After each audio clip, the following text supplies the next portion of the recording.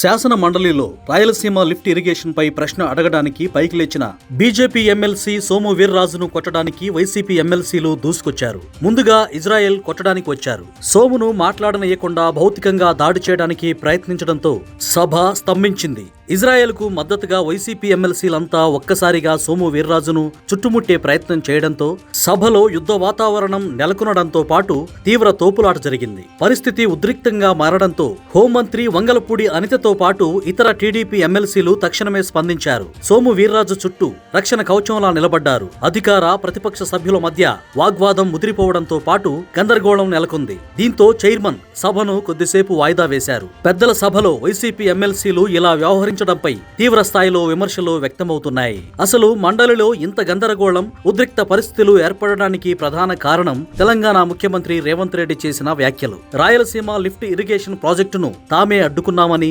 అసెంబ్లీలో రేవంత్ ప్రకటించారు. ఈ అంశంపై ఏపీ ప్రభుత్వం మౌనంగా ఉండడం సరికాదని తక్షణమే సభలో స్పష్టమైన ప్రకటన చేయాలని వైసీపీ ఎమ్మెల్సీలు పట్టుబట్టారు. రాయలసీమ ప్రయోజనాలను కూటమి ప్రభుత్వం తాకట్టు పెడుతోందంటూ సభలో నినాదాలు చేస్తూ ఆందోళనకు దిగారు. రాయలసీమ ప్రాజెక్టులపై వచ్చిన ప్రశ్నకు సంబంధిత మంత్రి ఇప్పటికే సమాధానం ఇచ్చి ఉండడంతో నిబంధనల ప్రకారం ఆ అంశం ముగిసిందని మండలి చైర్మన్ ప్రకటించారు. తర్వాత ప్రశ్న అడిగేందుకు బీజేపీ ఎమ్మెల్సీ సోము వీర్రాజుకు అవకాశం కల్పించారు. అయితే రేవంత్ రెడ్డి వ్యాఖ్యలపై మరింత చర్చ జరగాలని పట్టుబట్టిన వైసీపీ సభ్యులు చైర్మన్ నిర్ణయాన్ని ధిక్కరిస్తూ వెల్లోకి దూసుకొచ్చారు. చైర్మన్ పట్ల తమకున్న అసహనాన్ని సోము వీర్రాజు వైపు మళ్లించారు. బీజేపీ సభ్యుడిపై దాడి జరుగుతున్నప్పుడు టీడీపీ మంత్రులు, సభ్యులు వెంటనే స్పందించి అడ్డుకోవడం కూటమి పార్టీల మధ్య ఉన్న బలమైన సమన్వయం మరోసారి నిరూపితమైంది.